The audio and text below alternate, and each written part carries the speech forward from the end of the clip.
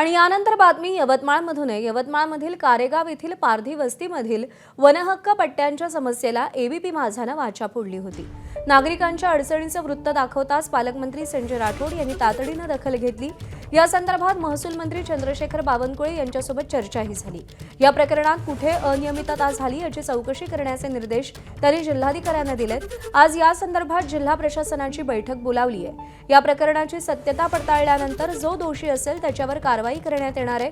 तसंच या पारधी बेड्यांवरती 24 तासात पाणी सुविधा उपलब्ध करण्याचे निर्देश त्यांनी जिल्हा प्रशासनाला दिलेले आहेत।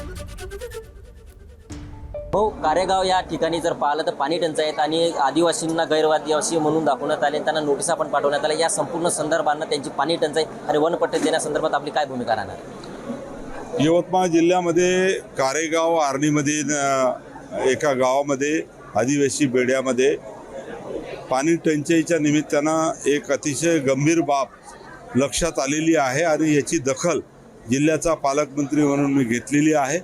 या संदर्भात राज्याचे महसूल मंत्र्यांसोबत सुद्धा माझी कालच चर्चासुद्धा झाली आणि कशा पद्धतीनं शासनाच्या माध्यमातून अनियमितता झाली हे तपासण्यासाठी आम्ही जिल्ह्याच्या जिल्हाधिकाऱ्याला सूचना दिलेल्या आहेत, निर्देश दिलेले आहेत आणि उद्या या संदर्भात बैठकसुद्धा लावलेली आहे।